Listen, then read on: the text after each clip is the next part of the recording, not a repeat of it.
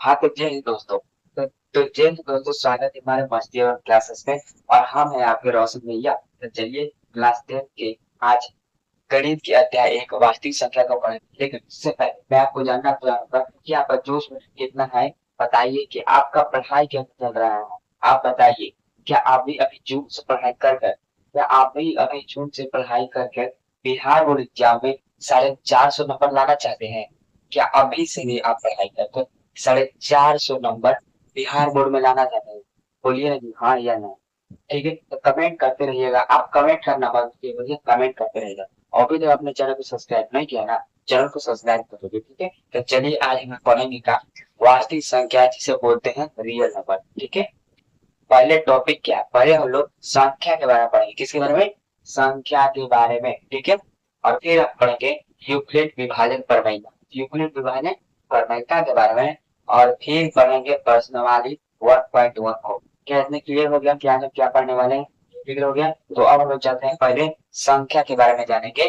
चलिए संख्या के बारे में हम लोग चलते हैं। जानेंगे क्या?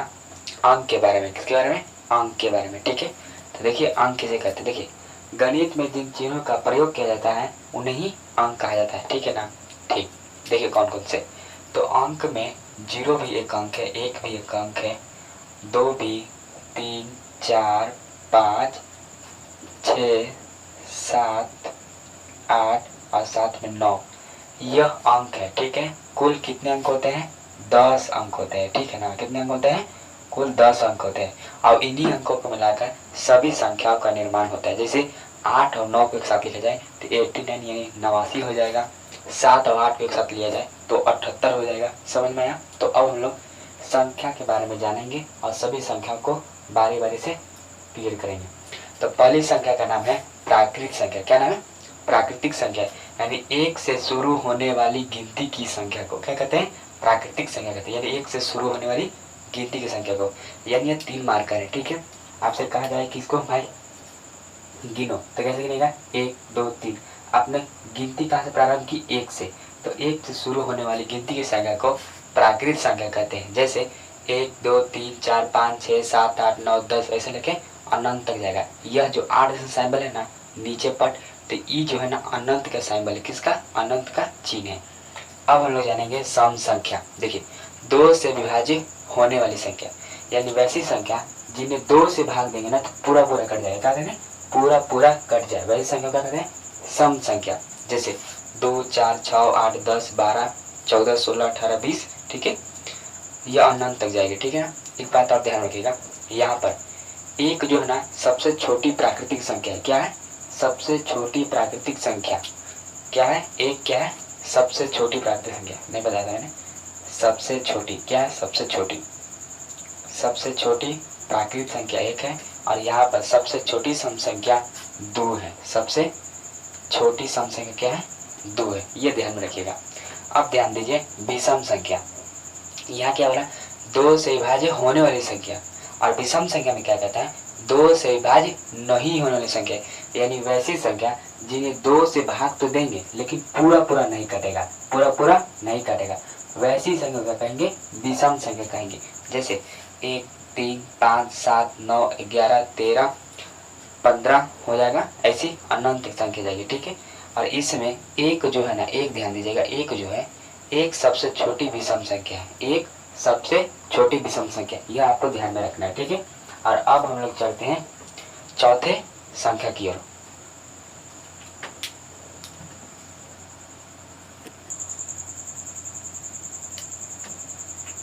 हाँ, तो अब हम लोग चौथा संख्या का नाम क्या है? पूर्ण संख्या। ठीक है, क्या बोलेंगे? जीरो के साथ। देखिए पूर्ण संख्या क्या है? जीरो के साथ सभी प्राकृतिक संख्या क्या कहेंगे? पूर्ण संख्या। यानी प्राकृतिक संख्या में बस जीरो को शामिल कर दिया जाए तो वह संख्या पूर्ण संख्या होता है, यानी होल नंबर। ठीक है, तो पूर्ण संख्या कहेंगे होल नंबर। जैसे 0 1 2 3 4 5 7 8 9 10। ठीक है, यानी जीरो के साथ सभी प्राकृतिक संख्या को पूर्ण संख्या कहेंगे। क्या आप समझ गए? एक बता रखिएगा, तो सबसे छोटी पूर्ण संख्या क्या है? तो जीरो। जीरो एक है सबसे छोटी पूर्ण संख्या। ठीक है, अब देखते हैं पूर्णांक संख्या। ठीक है, जीरो के साथ सभी धनात्मक और ऋणात्मक संख्या क्या कहते हैं? पूर्णांक संख्या। यानी कह दिया जाए पूर्णांक संख्या किसे कहेंगे, इंटीजर्स नंबर किसे कहेंगे हम लोग, जीरो के साथ सभी धनात्मक और ऋणात्मक संख्या को पूर्णांक संख्या कहेंगे। जैसे समझिए एग्जाम्पल में क्या है, ये देखिए जीरो के ये है राइट साइड, ये जितना संख्या है सब पॉजिटिव है, पॉजिटिव यानी धनात्मक है, पॉजिटिव यानी धनात्मक है। और साथ में देखिएगा तो एक के साथ सभी तक 1 2 3 4 यानी साथ में ये प्राकृतिक संख्या भी है। क्या है, साथ में प्राकृतिक संख्या भी यह है। तो यह हो गया धनात्मक संख्या। और जीरो के लेफ्ट साइड इधर वाली संख्या क्या कहते हैं, ऋणात्मक संख्या यानी नेगेटिव चार्ज। ठीक है, नेगेटिव संख्या यानी ऋणात्मक संख्या। लेकिन एक एग्जाम में पूछा गया कि जीरो के राइट साइड प्राकृतिक संख्या होता है और इसके लेफ्ट साइड ऋणात्मक संख्या, तो जीरो कौन सी संख्या है, तो जीरो याद रखिएगा यह एक उदासीन संख्या है। क्या है, उदासीन संख्या। क्या है भैया, उदासीन संख्या। जीरो कौन सी संख्या है, उदासीन संख्या। ठीक है, इतना समझ गए। आप समझते हैं अभाज्य संख्या या रूढ़ संख्या। देखिए कभी कभी रूढ़ संख्या पूछ देगा तो आप बुलाइएगा मत, अंग्रेजी में बोलेंगे प्राइम नंबर। ठीक है, तो अभाज्य संख्या या रूढ़ संख्या, देखिए एक और स्वयं के अलावा किसी अन्य संख्या से विभाज्य नहीं होने वाली संख्या। जैसे दो देखिएगा तो दो जो है या तो एक से कटेगा या खुद दो से कटेगा, या कि एक से कट रहा है या खुद की स्वयं की संख्या से कट रहा है। तीन भी या तो एक से कटेगा या तो तीन से कटेगा। पाँच है या तो एक से कटेगा या खुद की संख्या पाँच से ही कटेगा, इसके अलावा किसी अन्य संख्या से नहीं कटेगा। एक और टॉपिक ये कहता है अभाज्य संख्या का दो गुणनखंड होता है, यानी पहला तो वो एक होगा और दूसरा वो खुद होता है। ठीक है, इसके अलावा किसी अन्य संख्या से वो नहीं कटेगा, यह ध्यान रखिएगा। अब यहाँ पर जानिए कि दो जो है सबसे छोटी अभाज्य संख्या। क्या है, सबसे छोटी अभाज्य संख्या दो है। और इन सभी में देखिएगा तो दो मात्र एक क्या है, सम अभाज्य संख्या। दो कौन सी संख्या है, सम संख्या, इसीलिए हम इसे बोलेंगे सम अभाज्य संख्या। इसके अलावा जो भी संख्या होगी सब भी सम होगा, केवल दो को छोड़ा के। ठीक है, तो सम अभाज्य संख्या क्या है, दो है, और सबसे छोटी अभाज्य संख्या भी दो है, ये ध्यान रखिएगा। अब ध्यान दीजिए भाज्य संख्या, जिसे बोलेंगे हम लोग क्या, कंपोजिट नंबर। ठीक है, एक और स्वयं के अलावा किसी अन्य संख्या से विभाज्य होने वाली संख्या। अभाज्य संख्या क्या था, नहीं होने वाली संख्या, लेकिन यह कह रहा है कि होने वाली संख्या, यानी इसका गुणनखंड दो से अधिक होगा, यानी दो से अधिक होगा। जैसे चार देखिए, अब देखिए चार क्या है, तो चार एक से भी कटेगा, दो से भी कटेगा, और साथ में खुद की संख्या चार से भी कट रहा है, यानी दो से अधिक गुणनखंड किसका हो गया, दो से अधिक गुणनखंड भाज्य संख्या का होगा, और अभाज्य संख्या का केवल दो गुणनखंड होगा, पहला एक होगा और दूसरा वो खुद की संख्या होगी। तो क्या आप इतना समझ पा रहे हैं। ठीक है, और चार क्या है, चार सबसे छोटी भाज्य संख्या है। क्या आपका इतना सब कुछ क्लियर है, क्या आप लोग सब कुछ क्लियर है। अभी तक फिर से मैं बोल रहा हूँ, अभी आपने चैनल को सब्सक्राइब नहीं किया है तो चैनल को सब्सक्राइब कर लीजिए। और अब हम लोग चलेंगे आठवां संख्या की ओर, तो चलते हैं।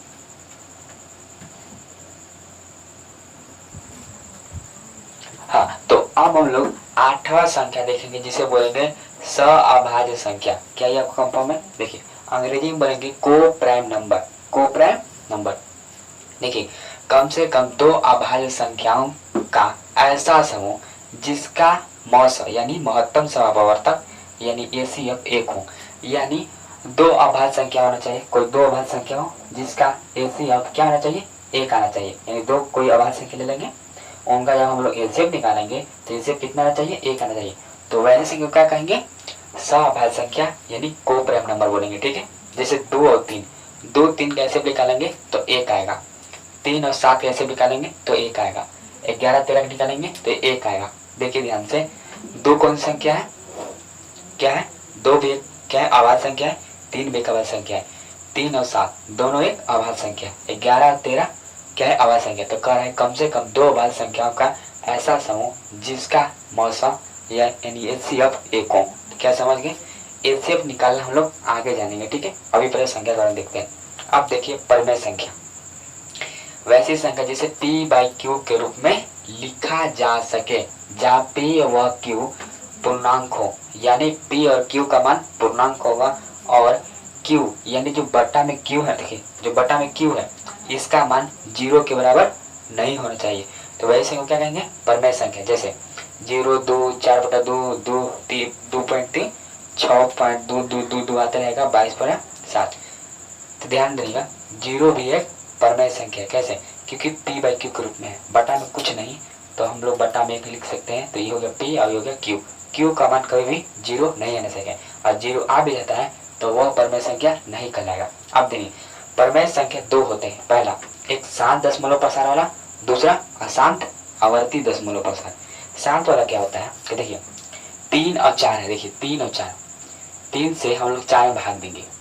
ठीक है, देखिए 3 से 4 में भाग देंगे तो क्या होगा, देखिए तो 3 के पावर 4 एक बार में कट जाएगा, 3 एकम 3 बचेगा 1। फिर हम लोग पॉइंट देंगे, 3 को यहाँ लिखेंगे, फिर 2 लिखेंगे। ठीक है, सॉरी ध्यान दीजिएगा। ठीक है, 3 और 4 है। तो देखिए 3 से हम लोग सॉरी गलती हो गया, 4 से हम लोग देंगे, कभी भी नीचे से ऊपर में भाग दिया जाता है, ये ध्यान में रखिएगा। ठीक है, तो 4 से 3 में भाग देंगे तो नहीं कटेगा, इसलिए हम 0 तो डालेंगे और फिर दशमलव चिन्ह देंगे, तब यहाँ भी एक 0 बैठ जाएगा। तो 4 सते 28, यानी 7 बार में 28 हो जाएगा, 30 में से 28 जाएगा तो बचेगा 2। ठीक है, अभी शेषफल 2 आया, अभी नहीं कटा। अब ध्यान दीजिए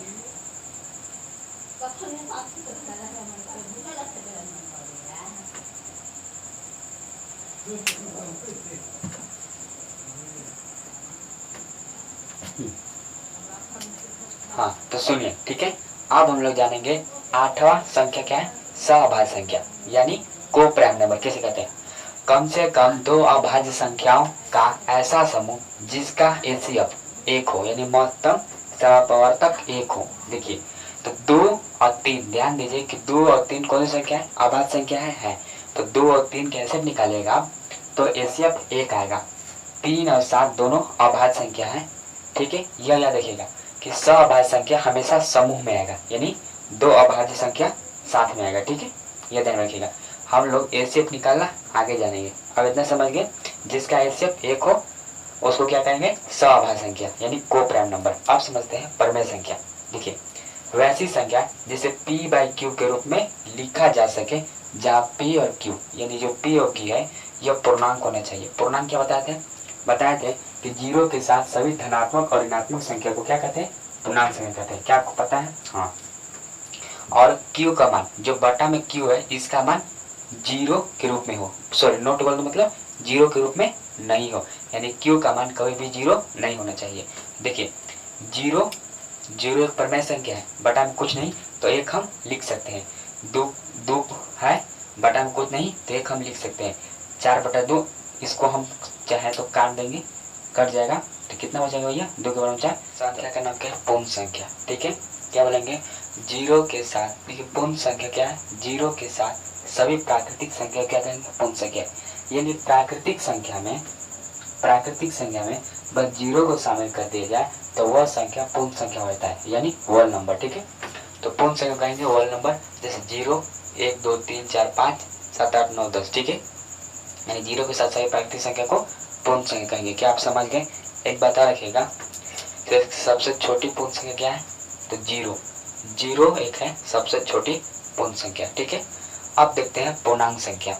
ठीक है, 0 के साथ सभी धनात्मक और ऋणात्मक संख्या क्या कहते हैं, पूर्णांक संख्या। यानी कह दिया जाए पूर्णांक संख्या किसे कहेंगे, इंटीजर्स नंबर किसे कहेंगे हम लोग, 0 के साथ सभी धनात्मक और ऋणात्मक संख्या को पूर्णांक संख्या कहेंगे। जैसे समझिए एग्जाम्पल में क्या है, ये देखिए 0 के ये है राइट साइड, ये जितना संख्या है सब पॉजिटिव है, पॉजिटिव यानी धनात्मक है, पॉजिटिव यानी धनात्मक है। और साथ में देखिएगा तो 1 के साथ सभी 1, 2, 3, 4 यानी साथ में ये प्राकृतिक संख्या भी है। क्या है, साथ में प्राकृतिक संख्या भी यह है। तो यह हो गया धनात्मक संख्या। और 0 के लेफ्ट साइड इधर वाली संख्या क्या कहते हैं, ऋणात्मक संख्या यानी नेगेटिव चार्ज। ठीक है, नेगेटिव संख्या यानी ऋणात्मक संख्या। लेकिन एक एग्जाम में पूछा गया कि 0 के राइट साइड प्राकृतिक संख्या होता है और इसके लेफ्ट साइड ऋणात्मक संख्या, तो 0 कौन सी संख्या है, तो 0 याद रखिएगा यह एक उदासीन संख्या है। क्या है, उदासीन संख्या। क्या है भैया, उदासीन संख्या। जीरो कौन सी संख्या है? उदासीन संख्या। ठीक है, इतना समझ गए। अब समझते हैं अभाज्य संख्या या रूढ़ संख्या। देखिए कभी कभी रूढ़ संख्या पूछ देगा तो आप बुलाइएगा मत, अंग्रेजी में बोलेंगे प्राइम नंबर। ठीक है, तो अभाज्य संख्या या रूढ़ संख्या, देखिए एक और स्वयं के अलावा किसी अन्य संख्या से विभाज्य नहीं होने वाली संख्या। जैसे दो, दो देखिएगा तो दो जो है या तो एक से कटेगा या खुद दो से कटेगा, या कि एक से कट रहा है या खुद की स्वयं की संख्या से कट रहा है। तीन भी या तो एक से कटेगा या तो तीन से कटेगा। पाँच है या तो एक से कटेगा या खुद की संख्या पाँच से ही कटेगा, इसके अलावा किसी अन्य संख्या से नहीं कटेगा। एक और टॉपिक ये कहता है अभाज्य संख्या का दो गुणनखंड होता है, यानी पहला तो वो एक होगा और दूसरा वो खुद होता है। ठीक है, इसके अलावा किसी अन्य संख्या से वो नहीं कटेगा, यह ध्यान रखिएगा। अब यहाँ पर जानिए कि दो जो है सबसे छोटी अभाज्य संख्या क्या है? सबसे छोटी अभाज्य संख्या दो है, और इन सभी में देखिएगा तो दो मात्र एक क्या है? सम अभाज्य संख्या। दो कौन सी संख्या है? सम संख्या, इसीलिए हम इसे बोलेंगे सम अभाज्य संख्या। इसके अलावा जो भी संख्या होगी सब भी सम होगा, केवल दो को छोड़ा के। ठीक है, तो सम अभाज्य संख्या क्या है? दो है, और सबसे छोटी अभाज्य संख्या भी दो है, ये ध्यान रखिएगा। अब ध्यान दीजिए भाज्य संख्या, जिसे बोलेंगे हम लोग क्या? Composite number. ठीक है, एक और स्वयं के अलावा किसी अन्य संख्या से विभाज्य होने वाली संख्या। अभाज्य संख्या क्या था? नहीं होने वाली संख्या, लेकिन यह कह रहा है कि होने वाली संख्या, यानी इसका गुणनखंड दो से अधिक होगा, यानी दो से अधिक होगा। जैसे चार देखिए, अब देखिए चार, चार क्या है? तो चार एक से भी कटेगा, दो से भी कटेगा, और साथ में खुद की संख्या चार से भी कट रहा है, यानी दो से अधिक गुणनखंड किसका हो गया? दो से अधिक गुणनखंड भाज्य संख्या का होगा, और अभाज्य संख्या का केवल दो गुणनखंड होगा। पहला एक होगा और दूसरा वो खुद की संख्या होगी। तो क्या आप इतना समझ पा रहे हैं? ठीक है, और चार क्या है? चार सबसे छोटी भाज्य संख्या है। क्या आपका इतना सब कुछ क्लियर है? क्या आप लोग सब कुछ क्लियर है? अभी तक फिर से मैं बोल रहा हूँ, अभी आपने चैनल को सब्सक्राइब नहीं किया तो चैनल को सब्सक्राइब कर लीजिए। और अब हम लोग चलेंगे आठवां संख्या क्या है? सअभाज्य संख्या, यानी को प्राइम नंबर। कैसे कहते हैं? कम से कम दो अभाज्य संख्याओं का ऐसा समूह जिसका एचसीएफ एक हो, यानी महत्तम समप्रवर्तक एक हो। देखिए तो दो और तीन, ध्यान दीजिए कि दो और तीन कौन सी संख्या है? अभाज्य संख्या है। तो दो और तीन कैसे निकालेगा आप? तो एचसीएफ एक आएगा। तीन और सात दोनों अभाज्य संख्या है। ठीक है, यह याद रखिएगा कि सअभाज्य संख्या हमेशा समूह में आएगा, यानी दो अभाज्य संख्या साथ में आएगा। ठीक है, यह ध्यान रखिएगा। हम लोग एचसीएफ निकालना आगे जानेंगे। अब इतना समझ गए, जिसका एचसीएफ एक हो उसको क्या कहेंगे? सअभाज्य संख्या, यानी को प्राइम नंबर। अब समझते हैं परमेय संख्या। देखिए वैसी संख्या जिसे p बाई क्यू के रूप में लिखा जा सके, जहाँ p और q यानी जो p और q है यह पूर्णांक होना चाहिए। पूर्णांक क्या बताए थे कि जीरो के साथ सभी धनात्मक और ऋणात्मक संख्या को क्या कहते हैं? पूर्णांक संख्या कहते हैं। क्या आपको पता है? हाँ। और q का मान, जो बटा में q है, इसका मान जीरो के रूप में हो, नोट बोल दो, मतलब जीरो के रूप में नहीं हो, यानी q का मान कभी भी जीरो नहीं होना चाहिए। देखिए जीरो जीरो एक परमेय संख्या है, बटा में कुछ नहीं तो एक हम लिख सकते हैं। दो दो है, बटा में कुछ नहीं तो एक हम लिख सकते हैं। चार बटा दो, इसको हम चाहे तो काट देंगे, कट जाएगा तो कितना बचेगा भैया? दो के बराबर चार, तो दो बटा में एक इसे हम लिख सकते हैं। दूसरा 2.3 या 6.222 आता रहेगा। ऐसी संख्या को क्या कहते हैं? परमेय संख्या कहते हैं।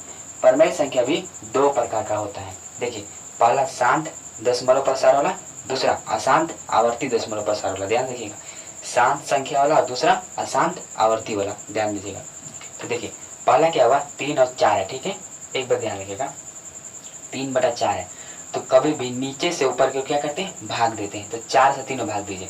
तो चलिए 4 से 3 में भाग देंगे तो कट होगा नहीं, तो इसीलिए हम यहाँ जीरो बैठाएंगे, फिर दशमलव का चिन्ह देंगे और यहाँ हम लोग जीरो बैठा देंगे, तब समझ में। तो 4 के पारा में 28, 4 के पारा में 30 नहीं आता है, कम आएगा 28। 7 बार में क्या जाएगा? 28 आएगा, और 30 में से 28 बचेगा तो बचेगा 2। ठीक है, और फिर हम लोग 4 को यहाँ लिखेंगे। ठीक है, अब ध्यान दीजिए कि देखिए जीरो है दशमलव के बाद, तो हम लोग एक और यहाँ 0 उठा देंगे और 4 के बार में 20 के बार में 5 बार में, ठीक है। तो बचेगा कितना 0, तो 0.75 यानी 0.75 यानी वैसी संख्या वैसा संख्या जिन्हें हम लोग दशमलव के बाद 1 या 2 3 बार भाग दे तो वह पूरा कट जाता है। तो वही संख्या को हम लोग क्या कहेंगे, शांत संख्या कहेंगे। अब अशांत आवर्ती में क्या होता है, 3 से ऊपर में 11 भाग देते हैं। देखिए 3 से 11 भाग देंगे 3 बार में 9 आ जाएगा, ठीक है। बटा में कितना बचेगा 2 बच जाएगा। अब ध्यान दीजिए कि 3 के पर 2 छोटा है तो यहाँ दशमलव चिन्ह देंगे और यहाँ 0 उठा देंगे, ठीक है। तो 3 के पारा में 20 कितने बार में आएगा, नहीं आएगा, कम आएगा 18, 6 बार में 18 आ जाएगा। फिर हम लोग घटाएंगे तो 2 बचेगा, फिर 2 बचा, फिर हम लोग दशमलव बैठा है इसलिए हम यहाँ 0 बैठा सकते हैं। 3 के पारा में 20 करें तो फिर 6 आएगा, यानी यह प्रक्रिया लगातार चलती रहेगी। तो ऐसी संख्या को क्या कहते हैं, अशांत आवर्ती परमेय संख्या कहते हैं, अशांत आवर्ती परमेय संख्या कहते हैं, ठीक है। यानी 3.66666 वैसे आता रहेगा। इसलिए इसको हम लोग ऐसे ना करके हम लोग क्या करने वाले हैं, 10वां संख्या की ओर, ठीक है, 10वां संख्या की ओर, जिसको बोलेंगे अपरमेय संख्या, ठीक है। क्या बोलेंगे, अपरमेय संख्या यानी इरेशनल नंबर। वैसी संख्या जिसे p/q के रूप में नहीं लिखा जा सके, यानी जिसे p/q के रूप में नहीं लिखा जा सके उसे हम लोग क्या कहेंगे, अपरमेय संख्या। लेकिन क्या कहता है, जहाँ वह रूट के अंदर होगा, क्या होगा, रूट के अंदर होगा, लेकिन जिसका वर्गमूल पूरा नहीं निकलेगा। जैसे √4 है, √4 का वर्गमूल क्या होता है, √4 का क्या होगा 2 हो जाएगा, क्या हो जाएगा 2। और वैसे ही मान लीजिए कि 25 है, √25 है तो √25 का वर्गमूल क्या हो जाएगा 5। तो 5 कोई परमेय संख्या का परमेय संख्या, तो आप कहिएगा परमेय संख्या है। तो वही कह रहा है वो जिसका वर्गमूल पूरा नहीं निकले। तो देखिए जैसे √2, √3, √5, 2 √3, √6, पाई भी एक अपरमेय संख्या है। और देखिए 2 1 यहाँ पे डबल 2 आया है, फिर 1, फिर 3 बार 2 आया है, फिर 1, फिर 4 बार 2 आएगा। यानी ऐसी संख्या क्या कहते हैं, अपरमेय संख्या कहते हैं। क्या कहते हैं, अपरमेय संख्या, या इसे बोल सकते हैं अशांत अनावर्ती संख्या कहते हैं, अशांत अनावर्ती संख्या। अब ध्यान दीजिए वास्तविक संख्या क्या है, परमेय और अपरमेय संख्या के सम्मिलित रूप को क्या कहते हैं, वास्तविक संख्या कहते हैं, यानी रियल नंबर। परमेय संख्या और अपरमेय संख्या के सम्मिलित रूप क्या कहते हैं, वास्तविक संख्या कहते हैं। जैसे एग्जाम्पल में देख लीजिए 2 √3 √2/1 पाई 0/2 6 8 10 12 20 25 25/2 या रूट में 26 √36 जितना भी हो सकता है, यह सब क्या है वास्तविक संख्या है। तो हम लोग देखिए अभी तक हम लोग सभी संख्या को क्लियर कर चुके हैं। अब हम लोग संख्या के कुछ इंपॉर्टेंट पॉइंट को देख लेते हैं। तो अब हम लोग संख्या के इंपॉर्टेंट पॉइंट की ओर अब हम लोग मुख्य बिंदु यानी इंपॉर्टेंट पॉइंट को देखेंगे। तो चलिए इंपॉर्टेंट पॉइंट को देखते क्या क्या है। तो देखिए एग्जाम में यहाँ से कई प्रश्न पूछे जाते हैं, लगभग बोर्ड एग्जाम में हरदम यहाँ से प्रश्न पूछा जाता है, ठीक है। तो यह इसको आप स्टार मार लीजिए, ठीक है। देखिए 2√3 और 2√3 दोनों क्या है, अपरमेय संख्या है। तो देखिए अपरमेय संख्या को जोड़ते हैं तो क्या मिलेगा, देखिए कैसे जुड़ता है, पहले जोड़ देख लीजिए। अपरमेय संख्या का जोड़, तो देखिए बाहर वाला से बाहर में जुट जाएगा तो 2 2 4। लेकिन क्या कहता है, दोनों रूट वाला जो है, रूट में जो भी है दोनों एक होना चाहिए तभी जुटेगा। अभी जो है ना दोनों ये जैसे है वैसे ही लिखा जाएगा, यानी √3 का √3 ही लिखा जाएगा, ये ध्यान रखिएगा। अब ध्यान दीजिए कि बाहर वाला तो जुट जाएगा, लेकिन दो अंदर रूट में जो है वो एक है नहीं, इसलिए जैसे है वैसे लिख देंगे, यानी 6√2 और प्लस में कितना दिया है, प्लस में क्या 2√3 दिया है, यानी 2√3 जैसे था वैसे लिखा जाएगा। फिर ध्यान दीजिए 5√7 और माइनस में 2√7 और दोनों रूट वाला है क्या है, सेम है, इसीलिए हम इसको घटा सकते हैं। तो 5 में से बाहर से 12 घटाइए तो 5 में से 2 जगह तो बचेगा 3 और रूट के अंदर जो भी है वो जैसे है वैसे रह जाएगा, तो √7 के साथ रह जाएगा। अब ध्यान दीजिए गुणना में कोई फर्क नहीं पड़ता, याद रखिएगा, बस बाहर से बाहर में गुना करेंगे और रूट वाले से रूट के अंदर गुना करेंगे। तो 2 तिहाई 6 और 3 5 15, ठीक है। इस तरह से जोड़ घटाव गुणना आपने देख लिया। अब और देखिए परमेय संख्या का जोड़ या गुणना, परमेय संख्या का परमेय और परमेय यानी दो परमेय संख्या का जोड़ या गुणा एक परमेय संख्या ही होता है। अब ध्यान दीजिए दूसरा, अपरमेय संख्या और अपरमेय संख्या का जोड़ और घटाव एक परिमेय संख्या या कभी अपरिमेय संख्या होता है। अब देखिए 7वां पॉइंट, परिमेय संख्या और अपरिमेय संख्या का जोड़ या गुणना एक अपरिमेय संख्या ही होता है। अब देखते हैं 8वां पॉइंट क्या कहता है कि दो परिमेय संख्या या दो अपरिमेय विभाजन एल्गोरिदम यानी परिमेयता। ठीक है, दोनों एक है। तो यूक्लिड विभाजन एल्गोरिदम यानी परिमेयता ये क्या कहता है कि माना कि ए और बी कोई धनात्मक पूर्णांक है, आपको ए और बी दे दिया जाएगा जो क्या होगा, एक धनात्मक पूर्णांक होगा। क्या होगा, धनात्मक पूर्णांक। ठीक है तो एक ऐसी अद्वितीय पूर्ण संख्या की और आर विद्यमान है कि ए बराबर बी क्यू प्लस में आर। ठीक है, ए बराबर बी क्यू प्लस आर, यानी आपको ए और बी दे दिया जाएगा, उसका आप लोग क्यू और आर का मान ज्ञात करना है यूक्लिड विभाजन एल्गोरिथम के अनुसार। ठीक है, जहाँ क्या कहता है, जहाँ बी का मान आर से बड़ा होगा, जिधर मुख खुला रहेगा वह संख्या बड़ी होगी और जिधर बंद रहता है वह संख्या छोटी होगी। यानी बी का मान आर से बड़ा होगा और आर का मान 0 से बड़ा होगा या 0 के बराबर होगा आर का मान, यह कह रहे हैं।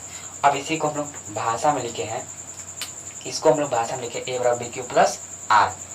ए को हम लोग भाज्य कहेंगे, बी को हम लोग भाजक कहेंगे। ध्यान दीजिएगा, ए को हम लोग भाज्य कहेंगे, बी को हम लोग भाजक देंगे। यह दो संख्या ए और बी आपको दिया रहेगा, आपको क्यू और आर निकालना है। यानी क्यू को हम लोग भागफल कहेंगे और आर को हम लोग शेषफल कहेंगे।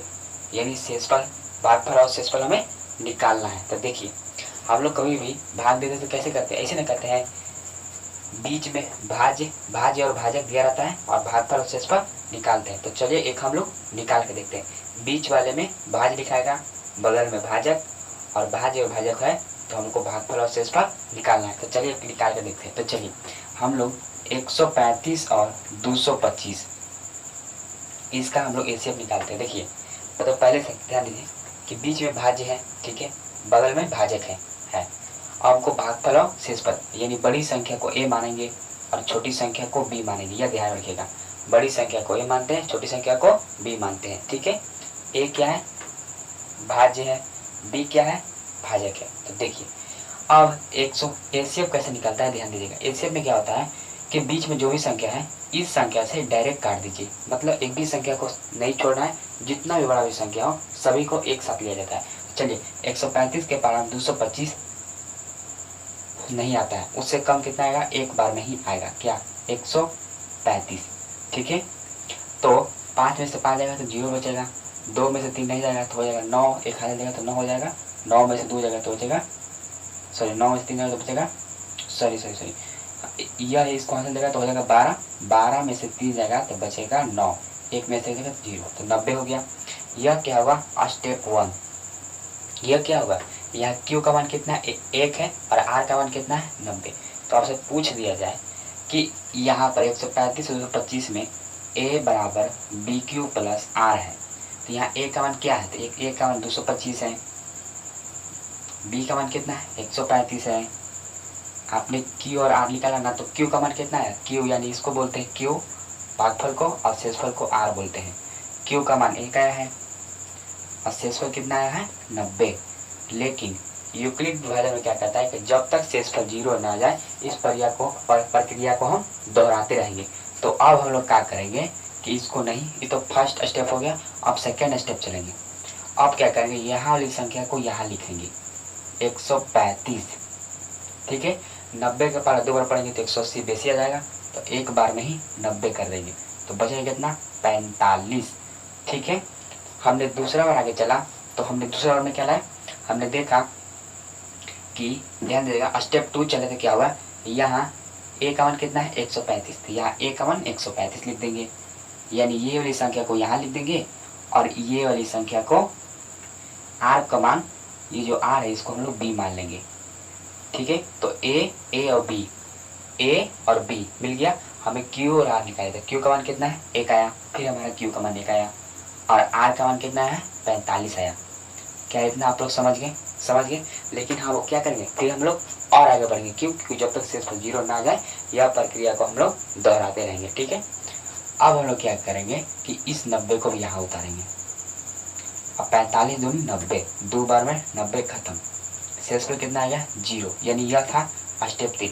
अब स्टेप 3 को यहाँ लिखेंगे, लेकिन उससे पहले स्टेप 3 में क्या करेंगे, ये वाली संख्या जो है ना इसको हम लोग ए मान लेंगे, यानी बी को ए मान लेना है और आर को बी मान लेना है, और ए और बी हमें मिल जाए तो क्यू और आर निकाला, तो क्यू का मान कितना आया 2 आया है, और शेषफल कितना आया 0, यानी आर का मान 0 आया। अब लिखेंगे यहाँ चूंकि आर बराबर 0 है, इसलिए इस प्रक्रिया को क्या करेंगे, रोक देंगे, और इसका एचसीएफ क्या होगा, आपसे पूछेंगे एचसीएफ क्या, तो यहाँ अंतिम भाजक यानी अंतिम भाजक किसको कहते हैं, भाजक बी को कहते हैं, अंतिम भाजक यानी भाजक किसको कहते हैं बी को, तो अंतिम बी का मान क्या है, तो अंतिम में लास्ट में बी का मान 45 आया है, इसलिए यहाँ अंतिम भाजक 45 है, इसलिए इसका एचसीएफ जो होगा ना, इसका एचसीएफ भी 45 ही होगा, यह ध्यान में रखिएगा।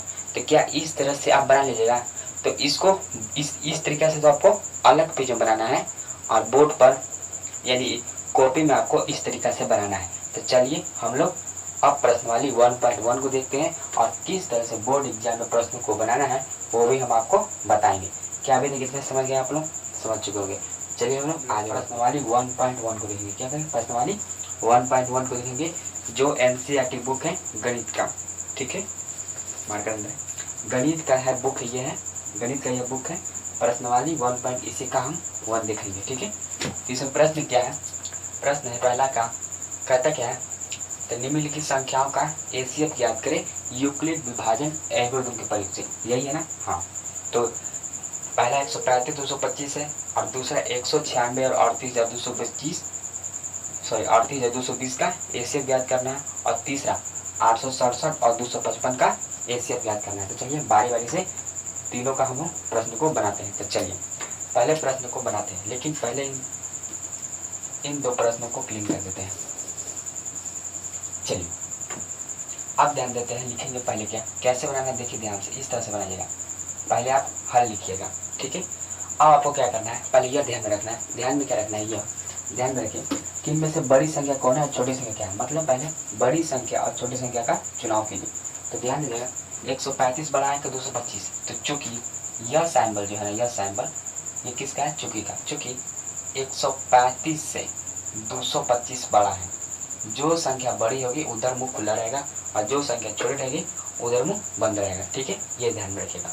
इसलिए क्या कहिएगा, लिखिएगा, इसलिए बड़ी संख्या जो है, इसलिए a बराबर किसे मानेंगे 225 को, इसलिए बड़ी संख्या 225 है, इसीलिए a मानेंगे 225 को, और b मानेंगे किसे, और b मानेंगे 135 को, क्योंकि वह संख्या छोटी है 225 से, ठीक है। क्या इतना लिख लिया, क्या मैंने बोला था यूक्लिड विभाजन के लिए, क्या कहा था कि 2 धनात्मक कोई a और b कोई 2 धनात्मक पूर्णांक हमें चाहिए, तो क्या a और b कोई धनात्मक पूर्णांक हमें मिल चुका है, तो क्या यूक्लिड विभाजन एल्गोरिथम से चलना चाहिए, हाँ।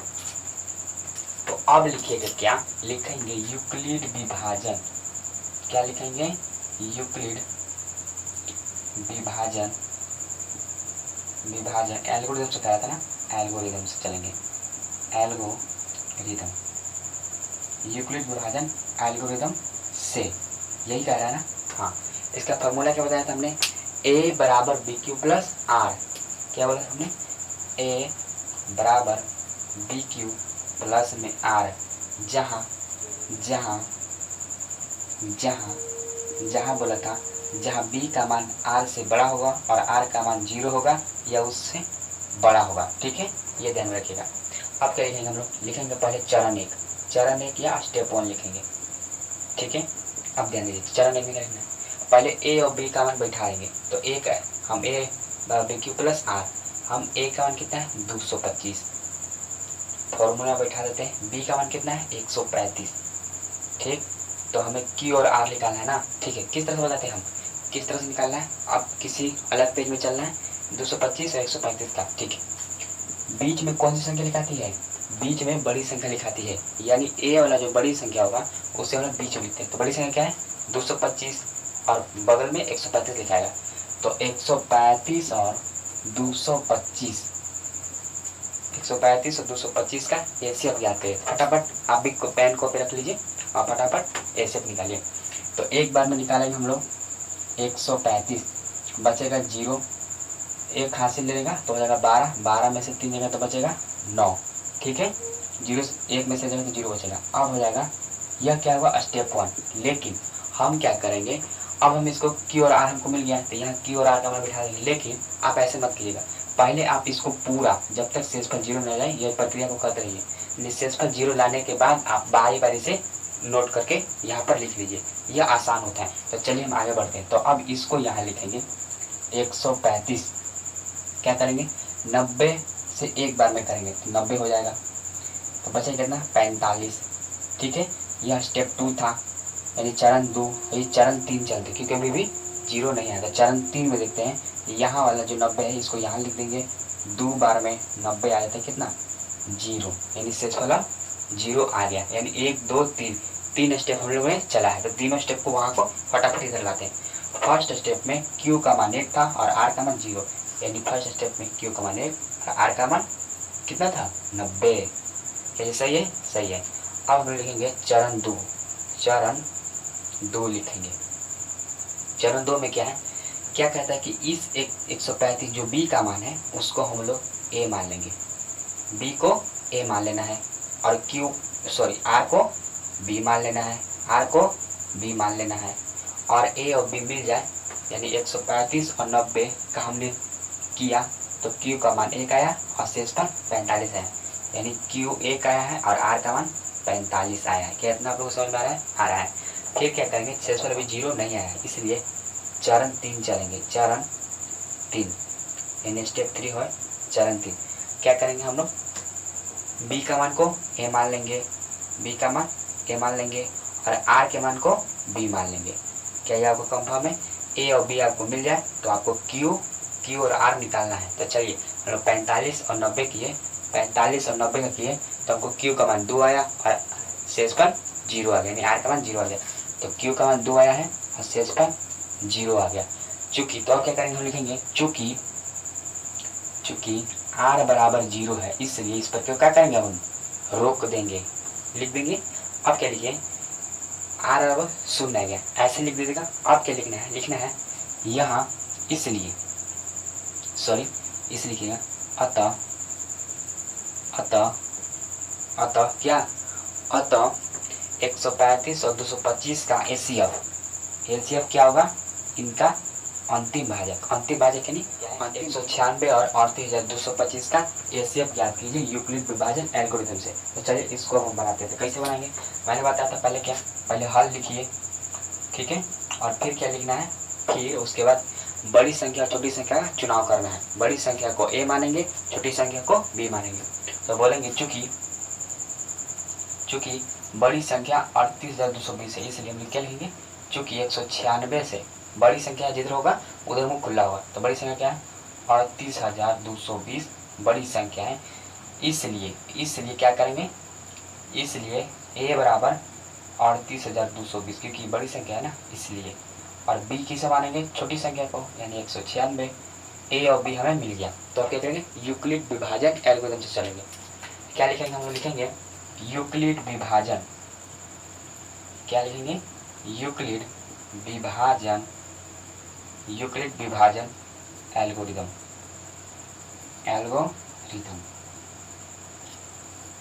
यूक्लिड विभाजन एल्गोरिथम से, ठीक है। तो इसका फॉर्मूला क्या है, मैंने बताया, बता रहा हूँ, फिर बता रहा हूँ, ठीक है। A बराबर BQ प्लस में R, जहाँ क्या बोला था मैंने, जहाँ B का मान R से बड़ा होगा और R का मान 0 होगा या उससे बड़ा होगा, ठीक है। अब देखिए हम लोग पहले क्या लिखेंगे, चरण 1, क्या सही है, चरण 1 लिखेंगे। चरण 1 में क्या करेंगे, पहले हम लोग A का मान बैठाएंगे। तो A का मान कितना आ रहा है, तो ध्यान नहीं देते, A का मान आ रहा है 38,220, क्या यह सही है, ठीक है 38,220। अब देखिए B का मान कितना है 196 हो गया, और हमें जब A और B मिल जाए तो हमको Q और R का मान ज्ञात करना है। कैसे ज्ञात करेंगे, हम लोग पहले उधर चलते हैं। तो चलिए 196 और 38,000, 196 और 38,220 यही है ना। देखिए हम लोग इसको बार मैं बताता हूँ कितना से होगा। 195 से एक बार में ही कट जाएगा, कितना 38,220 आ जाता है, 38,220 आ जाएगा। इससे एक बार में ही कंप्लीट हो जाएगा, ज़्यादा जाने से दिक्कत नहीं है। तो सुनिए 196, ठीक है। तो क्यू का मान कितना आया है, 195 आ रहा है, 195 आएगा। और शेषफल कितना आ गया, 0, यानी 196 गुना 195, ठीक है। तो क्या लिखेंगे, लिखेंगे अतः यहाँ अंतिम भाजक यानी अंतिम बी का मान, अंतिम भाजक यानी जो अंतिम बी का मान होगा। अंतिम बी क्या है, अंतिम बी ये ना है 196 है, तो 196 है। इसलिए क्या कहेंगे, इसलिए 196 और 38,220 का HCF क्या होगा, HCF भी 196 ही होगा, ठीक है, 196 ही होगा। क्या इतना समझ में आ गया। इस तरह से हम लोग दूसरे प्रश्न को भी कवर कर लिए। अब हम लोग चलते हैं तीसरे, हम लोग पहला का तीसरा प्रश्न को देखते हैं। 867 और 255 इसका HCF निकालते हैं। पहले क्या बोला था मैंने, फिर बोल रहा हूँ मैं, सबसे पहले हल लिखेंगे, फिर उसके बाद बड़ी संख्या और छोटी संख्या का चुनाव करेंगे। बड़ी संख्या को A मानेंगे, छोटी संख्या को B मानेंगे। क्या आपको पता चल गया, पता चल गया। तो देखिए लिखेंगे, चूंकि 867 255 से बड़ा है, जो संख्या बड़ी होगी उधर मुंह खुला रहेगा, याद रखना। इसलिए क्या बोलेंगे, इसलिए A बराबर 867 और B बराबर 255 होगा। क्या समझ गया। जब A और B हमें मिल गया तो क्या करेंगे, यूक्लिड विभाजन एल्गोरिथम से चलेंगे। तो लिखेंगे यूक्लिड विभाजन एल्गोरिथम, एल्गोरिथम से। तो क्या बोला था, फॉर्मूला क्या है, A बराबर BQ प्लस R, ठीक है। तो A बराबर BQ प्लस में R, जहाँ 0RB, ठीक ना, जहाँ B का मान R से बड़ा होगा और R का मान 0 से बड़ा होगा या उसके बराबर होगा, यह ध्यान में रखिएगा। तो सबसे पहले क्या लिखेंगे हम लोग, चरण 1 लिखेंगे।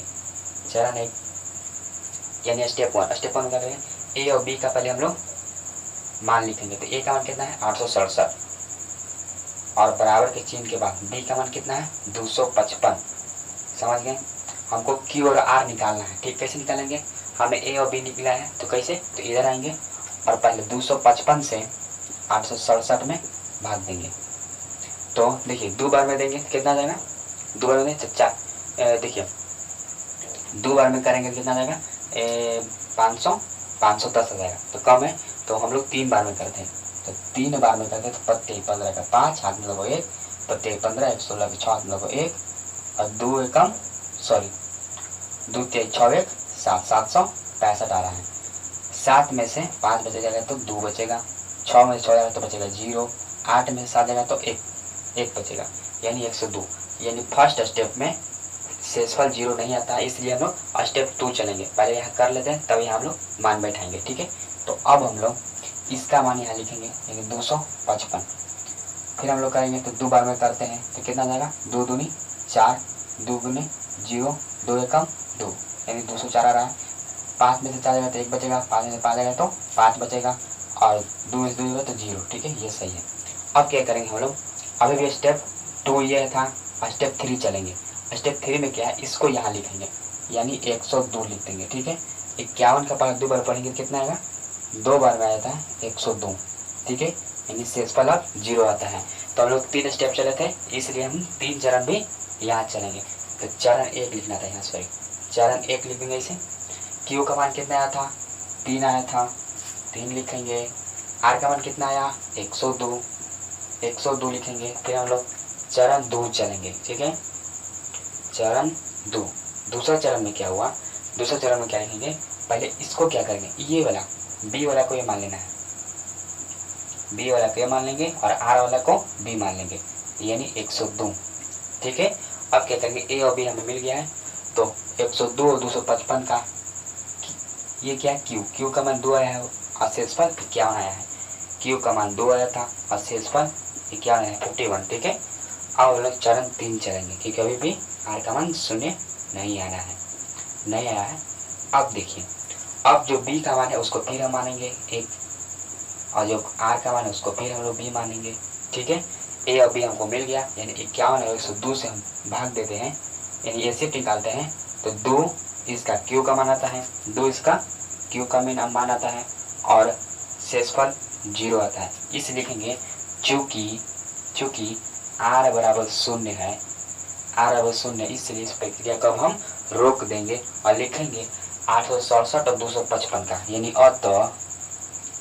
अतः यह अंतिम भाजक कितना है, 51 है, यानी अंतिम भाजक 51 है, यानी इसका अंतिम भाजक क्या है, 51, यानी बी का मान अंतिम क्या है, 51 है, इसलिए इसका एचसीएफ क्या होगा, 51 हो जाएगा। क्या है, आप तीसरा प्रश्न को देखिए किस तरह से बनाना था, क्या आप देख चुके हैं, तो सभी प्रश्नों को फटाफट नोट करते जाइए और खुद से ही बनाने की कोशिश कीजिए। ठीक है, और अब हम लोग चलते हैं क्या, अब हम लोग चलते दूसरे प्रश्न को देखते हैं। तो ये हमारा बुक है, ठीक है, इसे क्या है प्रश्न में पढ़ देता हूँ। ठीक है, कहते हैं कि दर्शाइए कि कोई भी धनात्मक विषम पूर्णांक 6q+1, 6q+3 या 6q+5 के रूप का होता है जहाँ q कोई क्या है, q कोई पूर्णांक है, q कोई पूर्णांक है। फिर बता हूँ, दर्शाइए कि कोई भी धनात्मक विषम पूर्णांक 6q+1 या 6q+3 या 6q+5 के रूप का होता है जहाँ q कोई पूर्णांक है। तो चलिए इसको हम पहले देखते हैं, इस प्रश्न को ध्यान से कैसे बनाना है। ये देखिए, ध्यान दीजिए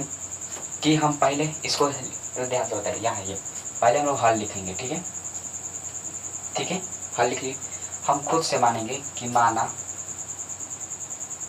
कि ए कोई धनात्मक पूर्णांक है, ए कोई धनात्मक पूर्णांक है, ए कोई धनात्मक विषम पूर्णांक बोल सकते हो, धनात्मक विषम पूर्णांक है, विषम पूर्णांक कहा था ना, इसलिए विषम पूर्णांक ए कोई, सॉरी बीच में नहीं लिखा, माफी चाहूँगा, धनात्मक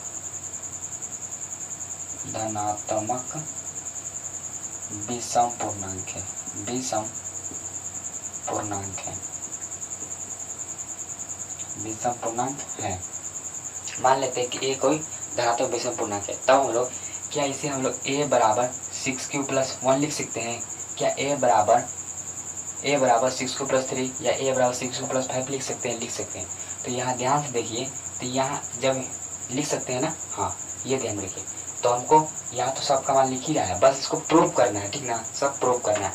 ए यह क्या है, बी का मान है, यह क्यू का मान है, यह आर का मान है, यह बी का मान, यह ए का मान है, यह बी, यह क्यू और ये आर का मान है, यह क्या है बी का मान, ये क्यू का मान, अब ये आर का मान है। सब कुछ तो दिया हुआ है, बस प्रूव करना है, ठीक है ना। क्या करना है, प्रूव करना है, ठीक है। तो क्या करेंगे, हम लिखेंगे यूक्लिड विभाजन एल्गोरिथम से, क्या लिखेंगे, यूक्लिड विभाजन एल्गोरिथम से, ठीक है ना, सिद्ध करना है, ठीक है, एल्गोरिथम से, ठीक है, एल्गोरिथम से। तो क्या लिखेंगे, लिखेंगे पहले चूंकि, सॉरी पहले फॉर्मूला क्या है इसका, a बराबर BQ+R, यही फॉर्मूला है जहाँ 0R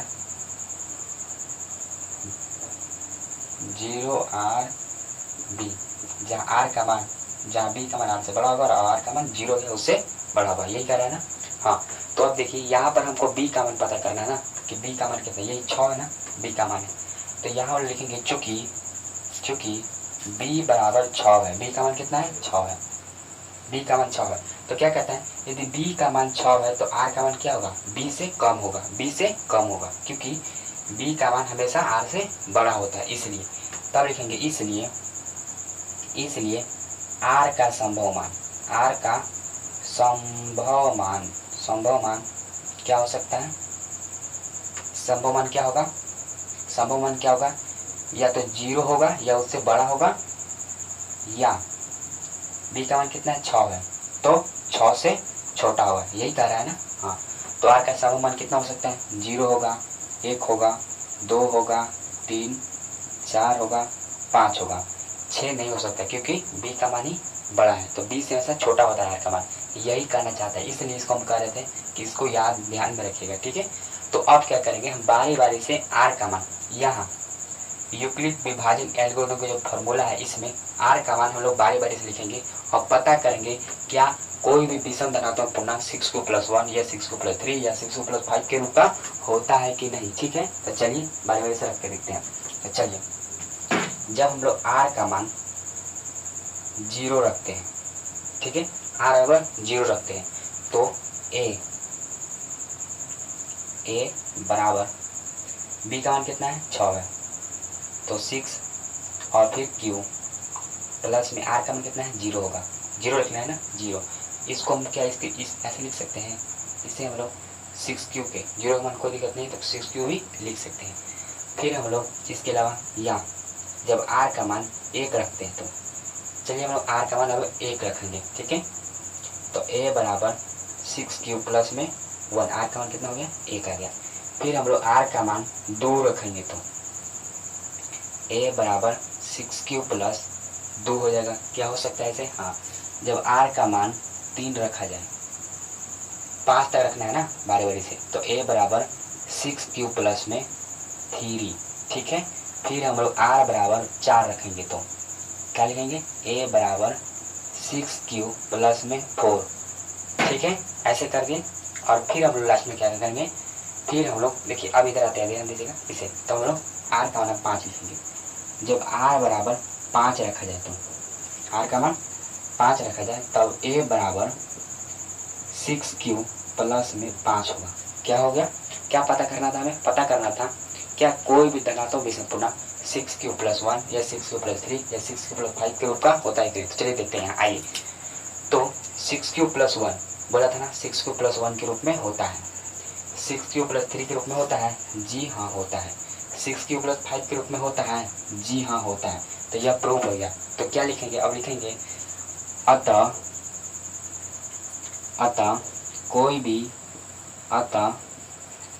कोई भी धनात्मक विषम पूर्णांक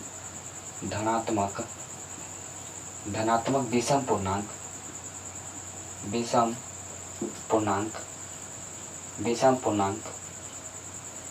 पूर्णांक किसके रूप में, 6q+1 या 6q+3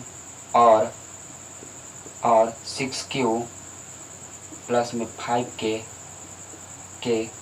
रूप का होता है, रूप का होता है। ठीक है, यही क्या करना था, प्रूव करना था, तो हम लोगों ने प्रूव कर दिया, यही करा था ना। तो देखिए इसी तरह से इस प्रश्न को हम लोग बना दिए। ठीक है, अब हम लोग चलते हैं तीसरे प्रश्न की। तो हम लोग तीसरे प्रश्न को देखते हैं। तीसरा प्रश्न क्या कहता है कि किसी परेड में 616 सदस्यों वाली एक सेना है कि टुकड़ा को 32 सदस्यों वाली आर्मी बैंड के पीछे मार्च करना है, तो दोनों समूहों को समान संख्या वाले स्तंभों में मार्च करना है, तो उन स्तंभों की अधिकतम संख्या क्या है जिसमें वे मार्च कर सकते हैं। ठीक है, तो क्या करना है, स्तंभों की अधिकतम संख्या ज्ञात करना है जिनमें आर्मी बैंड मार्च कर सके, यह ज्ञात करना, यही ज्ञात करना है। तो क्या लिखेंगे, मार्च करने के लिए स्तंभों की अधिकतम संख्या क्या होगा, तो यही ज्ञात करना है ना। हाल लिख दिए हैं। अब देखिए क्या लिखेंगे, चूंकि ध्यान दीजिएगा, तो 616 सदस्यों वाली, तो 616 लिख देंगे, 616 बड़ा है 32 से, 32 टुकड़ा बांटता है तो 32 से बड़ा है, तो हम तो बताइए थे 616 बड़ा है 32 से, तो बड़ी संख्या को ये मान लेंगे, छोटी संख्या को भी मान लेंगे, और क्या, इसलिए a बराबर 616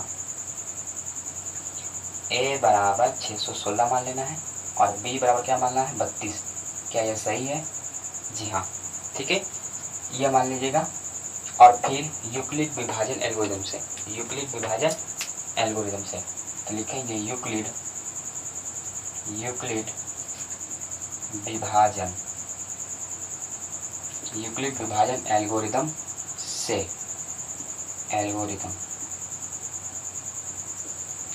से तो चलिए क्या फॉर्मूला है, a बराबर BQ प्लस R, a बराबर BQ प्लस में R, जहाँ, ठीक है, तब लिखेंगे चरण 1, क्या लिखेंगे, चरण 1 लिख देना है और प्रक्रिया को स्टार्ट करना है। तो तो पहले ए और बी का मान बैठा देते हैं। ए का मान कितना है 616 है और बी का मान कितना है 32, यही है। हाँ, तो क्यू और आर निकालना है। 616 और 32 का एसीएफ निकाल दीजिए। कैसे निकालेगा, तो देखिए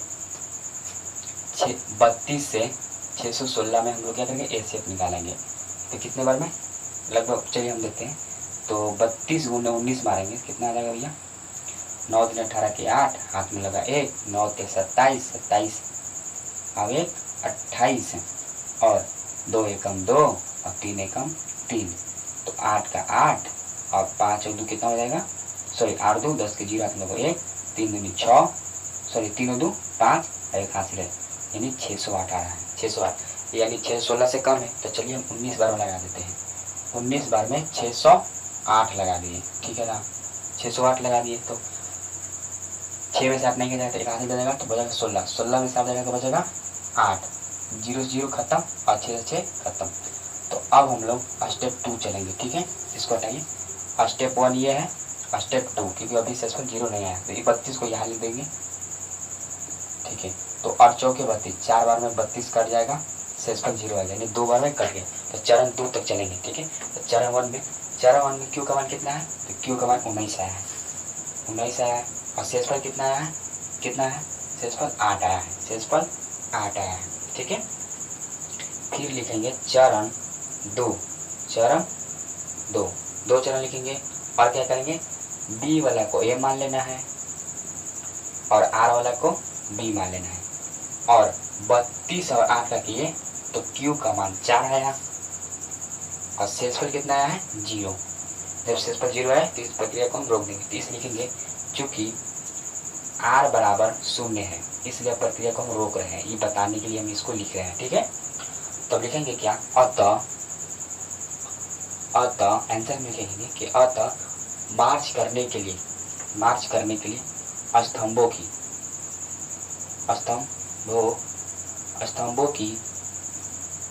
की अधिकतम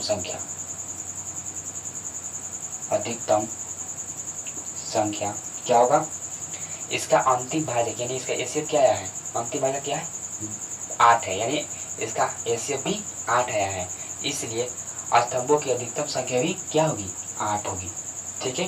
तो क्या इस प्रश्न को आप ऐसे बना पाएंगे, बना सकेंगे, जी हाँ बना देंगे। अब चलते हैं तीसरे प्रश्न हो गया। अब चौथे प्रश्न की ओर आ चुके हैं, ठीक है। तो चलिए हम आपको पढ़कर सुना देते हैं चौथा प्रश्न क्या है। कहता है कि यूक्लिड विभाजन प्रमेय का प्रयोग कर, किसका प्रयोग करना है, प्रमेय का। एल्गोरिथम और प्रमेय दोनों एक ही है, ठीक है, लेकिन यहाँ प्रमेय का है इसलिए हम प्रमेय का ही लिखेंगे। तो प्रमेय का प्रयोग करके दर्शाइए कि किसी धनात्मक पूर्णांक का वर्ग किसी पूर्णांक m के लिए 3m या 3m+1 के रूप में होता है। क्या, धनात्मक पूर्णांक का वर्ग करना है और किसी पूर्णांक m के लिए 3m या 3m+1 के रूप में होता है, उसका वर्ग करके पता करना है क्या कोई धनात्मक पूर्णांक का वर्ग 3m या 3m+1 के रूप में होता है। तो चलिए देखते हैं 3m या 3m+1 के रूप में होता है कि नहीं। तो पहले क्या लिखेंगे, हल लिखेंगे, ठीक है। लिखेंगे माना कि ए कोई, क्या बोला था मैंने इस तरह से, ए कोई धनात्मक पूर्णांक है, ए कोई धनात्मक पूर्णांक है, ए कोई धनात्मक पूर्णांक है, ठीक है। तब ठीक है, एक कोई धनात्मक पूर्णांक है, चाहिए इतना लिख लिए, हाँ। तब क्या करेंगे हम लोग, यूक्लिड विभाजन एल्गोरिथम से। चलिए तो लिखेंगे यूक्लिड विभाजन एल्गोरिथम से। तो फिर लिखेंगे हम लोग यूक्लिड विभाजन प्रमेयिका से लिखने के, प्रमेयिका से कहा ना, जैसे कहा वैसे बनाइए, प्रमेयिका से यूक्लिड विभाजन प्रमेयिका से, ठीक है। फॉर्मूला क्या है, a बराबर BQ प्लस में R, ठीक है। जहाँ ऐसे करके R या B मान लेना है, ठीक है ना। इसे आप ब्लू पेंसिल में लिख सकते हैं, रेड पेंसिल की कोई जरूरत नहीं है, मैंने लिख दिया, कोई दिक्कत नहीं है। अब सुनिए, आपको क्या लिखेंगे, चूंकि अब क्या करना है ना, ध्यान में देना है कि किसके रूप में कहा था, 3m या 3m+1 के रूप में होता है कि नहीं। क्या, जब हमने a कोई धनात्मक पूर्णांक माना है तब हम लोग a बराबर 3m या a बराबर थीरियम प्लस 1 के रूप में होता है। यही पहला है ना, ध्यान दीजिए। क्या ए, ये तो ए का मान है, ये तब बी का मान हो गया और ये क्यू का मान हो गया, और प्लस में 0 लिख दे तो ये आर का मान हो जाएगा। ठीक है, यह ए का मान है और यह बी का मान हो गया, यह क्यू का मान हो गया और यह आर का मान हो गया। तो आप बस बी का मान पता लगाना, क्या है बी का मान, क्या है 3 है। तब लिखेंगे चूंकि बी बराबर कितना है, सॉरी बी बराबर कितना है 3 है, बी बराबर 3 है, ठीक है ना। इसलिए इसलिए इसलिए इसलिए आर का संभव मान, आर का संभव मान क्या हो सकता है, 3 से छोटा, यानी बी से छोटा ही होगा। आर का मान हमेशा बी से छोटा होता है, तो आर का मान क्या हो सकता है, या 0 होगा, 1 होगा, या 2 होगा। ठीक है, तो चलिए आर का मान बारी बारी से रखते हैं, फिर उसका हम लोग वर्क करेंगे, स्क्वायर करेंगे। ठीक है, तो चलिए, तो पहले लिखेंगे हम लोग, जब आर का मान 0 रखा गया तो इस फॉर्मूला में लिखते हैं। तो ए बराबर बी का मान कितना है 3 है, तो 3 क्यू प्लस में आर का मान कितना लिखना है, 0 लिखना है ना, 0। तो या इसे हम लोग 3 क्यू के रूप में भी लिख सकते हैं। ठीक है, अब इस यहाँ भी हम वर्क कर सकते हैं। चलिए यहीं पर वर्क कर दें, क्या आगे बढ़ें, मुझे लगता है कि चलिए आगे पर बढ़ना चाहिए। ठीक है, तो चलिए हम पहले आगे पर बढ़ते हैं। ठीक है, तब आर बराबर 1 कब करते हैं, जब आर बराबर 1 रखे तो ए बराबर 3 क्यू प्लस में 1 हो गया, और आर बराबर 2 रखना भी है ना। ठीक है, तो ए बराबर 3 क्यू प्लस में 2।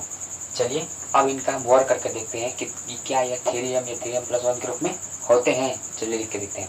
तो चलिए वर्ग करने पर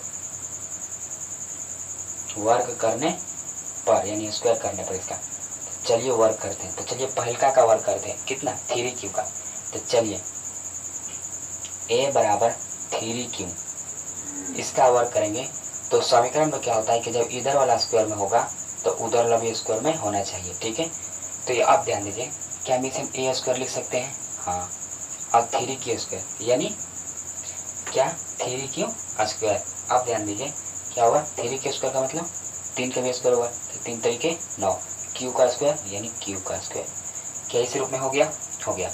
अब ध्यान दीजिए कि ए स्क्वायर बराबर, ठीक, ए स्क्वायर बराबर क्या करना है 3 क्यू स्क्वायर, किस में 3 के रूप में लेना। ध्यान दीजिए 3 क्यू स्क्वायर को क्या हम 3 इंटू 3 के रूप में लिख सकते हैं, 3 इंटू 3 क्यू स्क्वायर।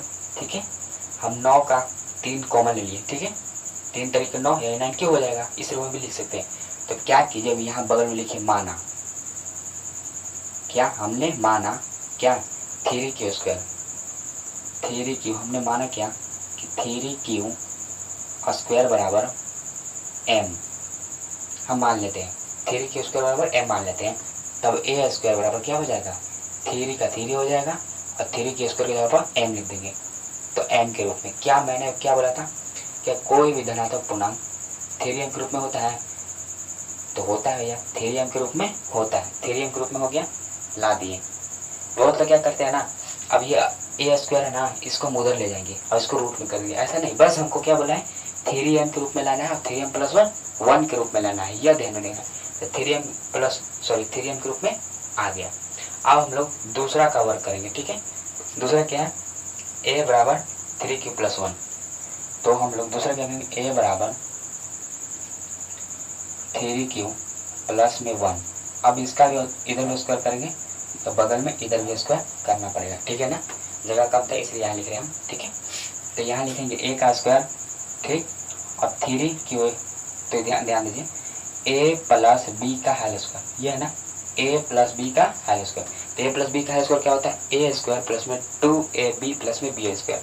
तो यह a है और यह b है, तो लिखेंगे a का स्क्वायर यानी 3 क्यू का स्क्वायर प्लस में 2a b कितना है 1 है, और प्लस में b का स्क्वायर यानी 1 का स्क्वायर कर देंगे, यही है ना। अब ध्यान दीजिए a का a स्क्वायर हो गया, 3 क्यू स्क्वायर का 9 क्यू स्क्वायर हो जाएगा, होगा ना, 3 तरीके 9, क्यू का क्यू स्क्वायर प्लस में 3 दूनी 6 और 6 एकम 6 यानी 6 क्यू प्लस में a का स्क्वायर 1 ही रह जाएगा। अब क्या करना है यहाँ पर, यहाँ भी हमको कॉमन लेना है, ठीक है ना। तो ए स्क्वायर बराबर इन दोनों में कॉमन क्या है, 3 कॉमन है, कॉमन है। देखिए जिस रूप में लाना होगा उसी को आप कॉमन लीजिएगा, ठीक है ना, ठीक है। अब बाकी को आप एम मान लीजिएगा। तो हमको 3m + 1 के रूप में लाना है, तो हम 3 को कॉमन लेंगे, इसमें से 3 कॉमन ले लेंगे तो क्या बचेगा, केवल क्या बचेगा 3 क्यू स्क्वायर बचेगा, और इसमें से 3 कॉमन ले लेंगे तो 2 क्या बचेगा 2q, ठीक है। अब +1 का 1 रहने दीजिए बाहर, ठीक है। इन दोनों में हम लोग 3 कॉमन ले लिए। अब ध्यान दीजिए क्या कहें, अब इधर आपको मान लेना है, क्या मानना है, माना, क्या मानना है कि 3q स्क्वायर प्लस में 2q बराबर m मान लीजिए। इन सभी के बदले खाली m मान लेना है आपको। तो क्या लिखेंगे, हम लिखेंगे ए स्क्वायर बराबर 3, और इसके बारे में m मान लेते हैं। अब प्लस में 1 था ना, तो 1 क्या 3m + 1 के रूप में होता है, हाँ होता है। हमको इससे मतलब नहीं है, इसके मतलब है। तो 3m या 3m + 1 के रूप में होता है। तो प्रश्न में क्या था कि 3m या 3m + 1 के रूप में होता है। तो अब क्या लिखेंगे अतः, क्या लिखेंगे, अतः कोई भी धनात्मक विषम पूर्णांक, अतः अब लिख लीजिए आंसर, अतः कोई भी, देखिए आगे हम लोग नहीं बढ़े क्योंकि भाई जितना पेंसिल आ गया तो इतना ही पर हम लोग को रुक जाना है, ठीक है। तो लिखेंगे अतः कोई भी धनात्मक विषम पूर्णांक, विषम पूर्णांक कहा था ना, सॉरी, अतः कोई भी धनात्मक पूर्णांक, सॉरी गलत हो गया, धनात्मक पूर्णांक का वर्ग 3m या 3m + 1 के रूप का होता है, यही लिखना है ना, लिख दीजिए, ठीक है। क्या, अतः कोई भी धनात्मक पूर्णांक का वर्ग 3m या 3m + 1 के रूप में होता है। चलिए इतना हो गया। तो अब प्रश्न को ध्यान से लीजिए, इस तरह से बनाना है। और अब हम लोग 5वां प्रश्न की ओर चलते हैं, ठीक है, जो हमारा लास्ट प्रश्न है ना, देखते हैं, हाँ वो हमारा लास्ट प्रश्न है। तो चलिए उस प्रश्न की ओर हम अब कहता है कि यूक्लिड विभाजन प्रमेयिका का प्रयोग करके दर्शाइए कि किसी धनात्मक पूर्णांक का घन 9m या 9m + 1 या 9m + 8 के रूप में होता है, 9m या 9m + 1 या 9m + 8 के रूप में होता है, यह पता करना है। चलिए सिद्ध करना है। तो चलिए करते कैसे, सुनिए ध्यान से, सुनिए इधर ध्यान देना। लिखेंगे हल, और लिखेंगे माना कि ए कोई धनात्मक पूर्णांक है,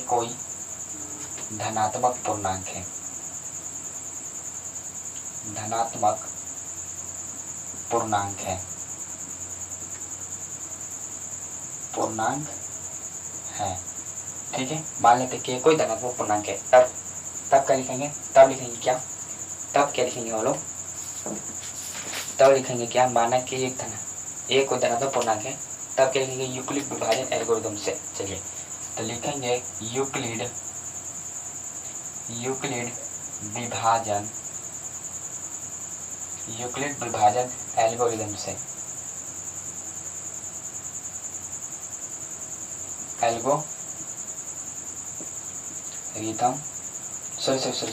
प्रमेयिका से कहा है ना, प्रमेयिका से, ठीक है। जो कहेगा उसे ध्यान देना, ठीक है। क्या लिखेंगे, फॉर्मूला क्या है, a बराबर BQ + R, तो a बराबर BQ + में R, जहाँ R का मान, ठीक है, ये कर देना है। और अब क्या लिखना है हम लोगों को, अब देखना है क्योंकि किस रूप में 9m या 9m कहा था, और फिर कहा था 9m + 1 कहा था, 9m + 1 कहा था, और फिर 9m + 8 के रूप में होता है कि नहीं। तो यहाँ आपसे पूछ दिया जाए कि एक हम मान लिए धनात्मक पूर्णांक मान लिए हैं, एक कोई धनात्मक पूर्णांक मान लिए हैं, तो b का मान क्या है, 9 है। b का मान क्या है, बस आपको ध्यान में देखना, b का मान क्या है पता करना था। तो b का मान क्या है, 9 है। b क्या है, 9। तो ध्यान दीजिए, चूंकि b का मान 9 है, सॉरी गलती क्या, b का मान क्या है, 9 है।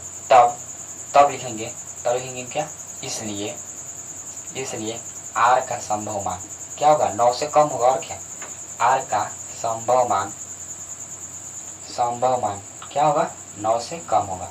तो कौन कौन, 0 होगा, 1 होगा, 2 होगा, 3 होगा, 4 होगा, 5 होगा, 6 होगा, 7 होगा और 8, 9 होगा। अरे नहीं यार, 9 कैसे हो सकता है, याद रखिएगा कि 20 से छोटा हो गया, यानी 20 का मान 9 है, तो 20 से छोटा ही ना आर का मान है, ठीक है, 9 नहीं होगा, ठीक है।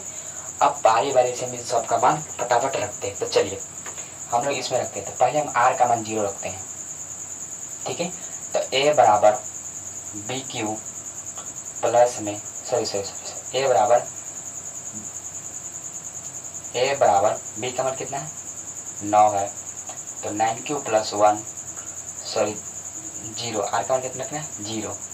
अब आर बराबर 1 रखते हैं, तो ए बराबर 9 क्यू प्लस में 1, ठीक है।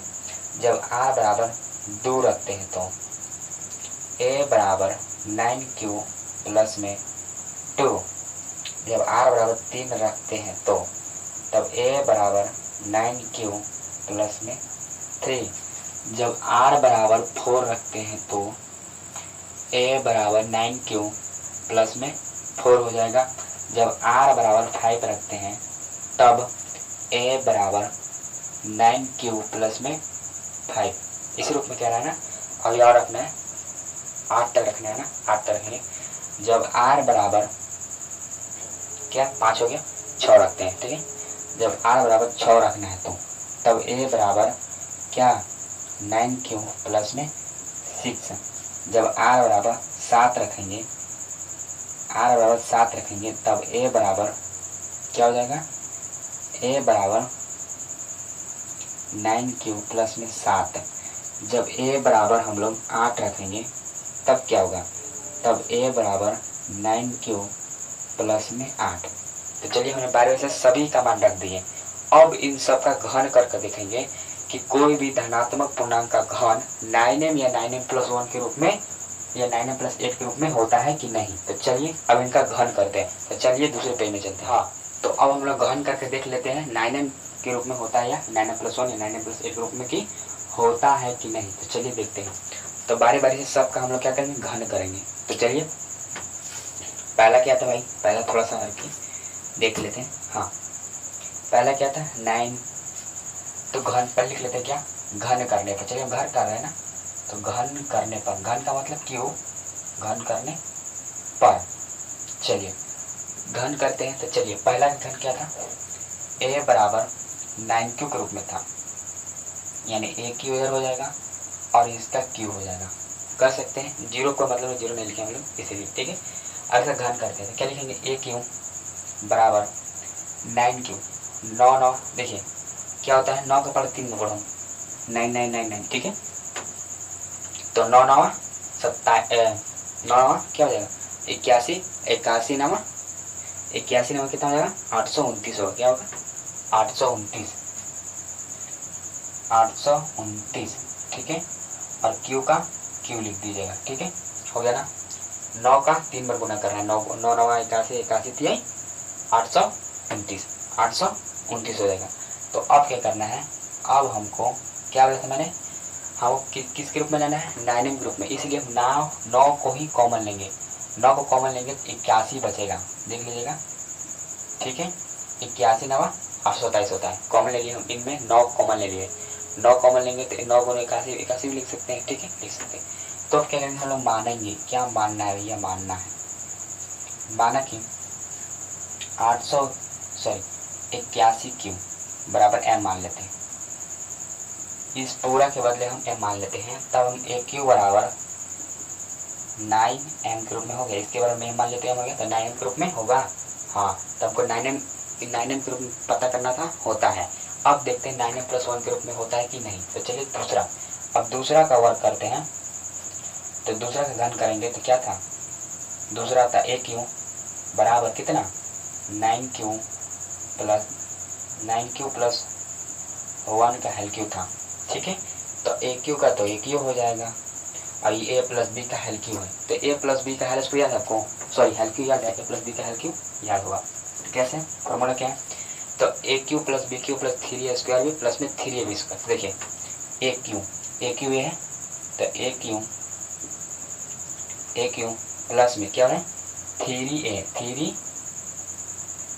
प्लस बी क्यू प्लस तो बी क्यू का मान कितना है ये a cube plus b cube plus, ठीक है, प्लस में 3a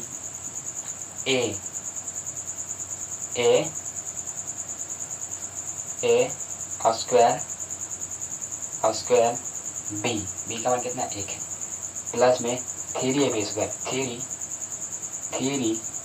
3ab² कितना है ab², तो ए कितना है ab²,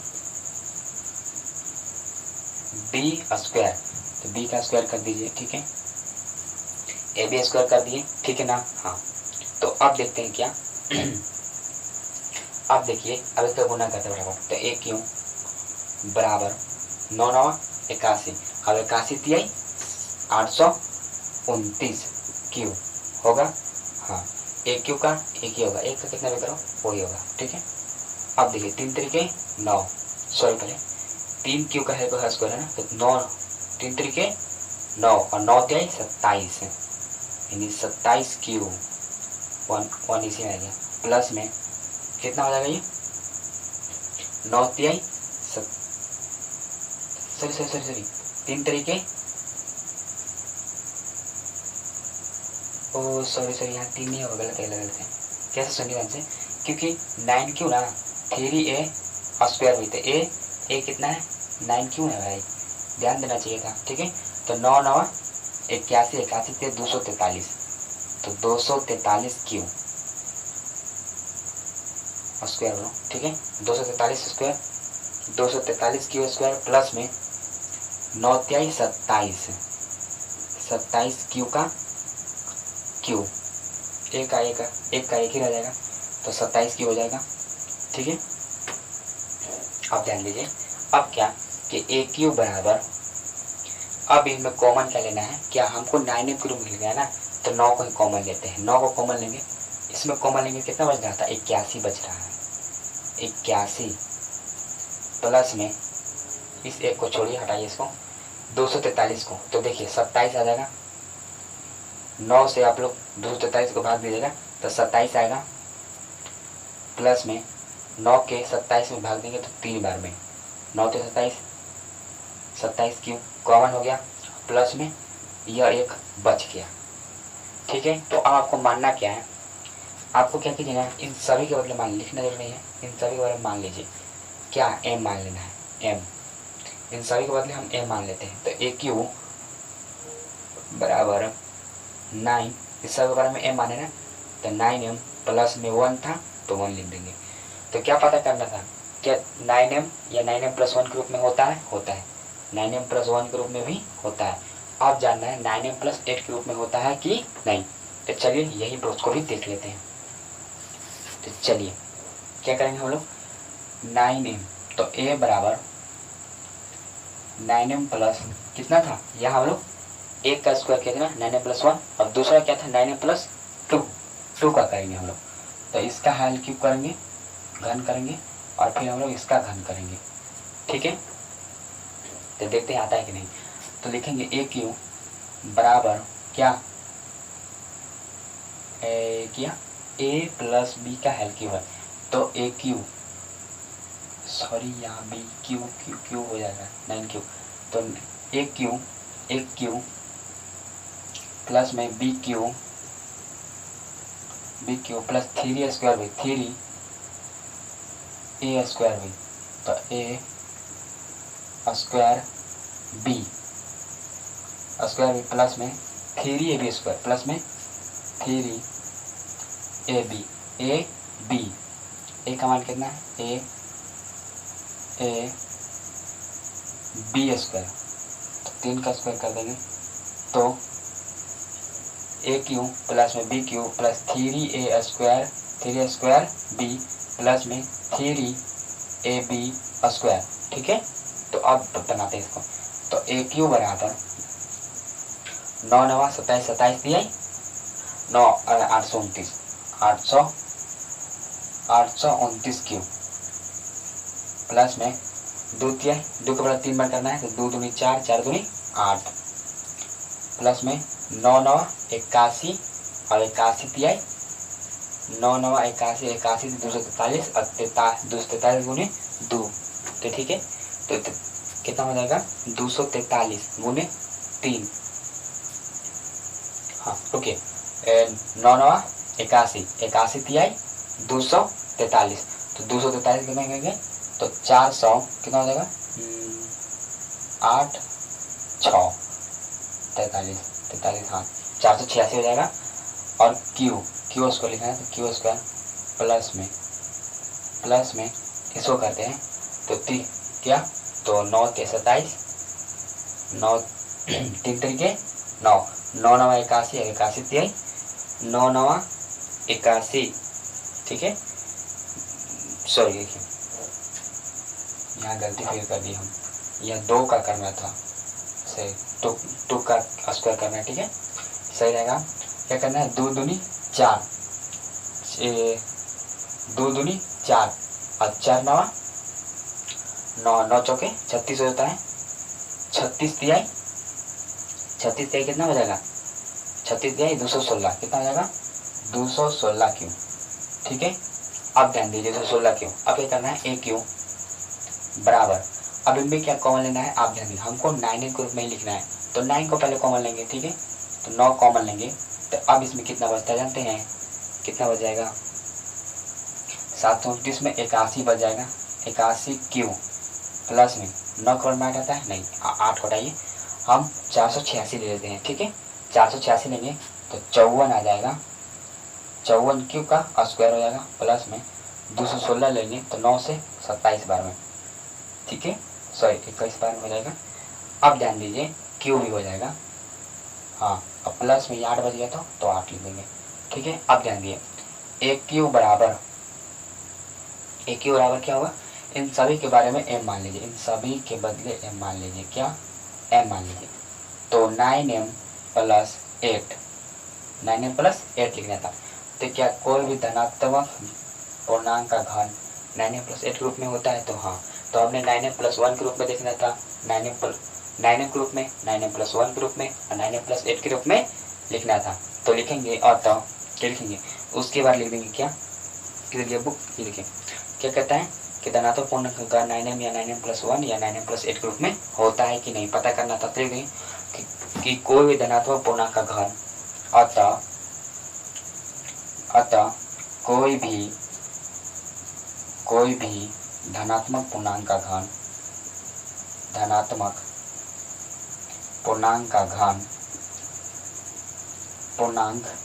का घन किसके रूप में 9m या 9m प्लस 1 और 9m प्लस 8 के रूप का होता है, ठीक है। तो इस तरह से सभी प्रश्न बनाया था, थोड़ा सा ये डिफिकल्ट था 5वां प्रश्न, लेकिन आप इसको 2 बार बनाइए, ठीक है, मैं कहूँगा कि 2 से 3 बार इसे बनाइए जिससे आपको अच्छी तरह से बनाने यह प्रश्न आ जाए। तो चलिए मिलते हैं अब नेक्स्ट वीडियो में, तब तक के लिए धन्यवाद।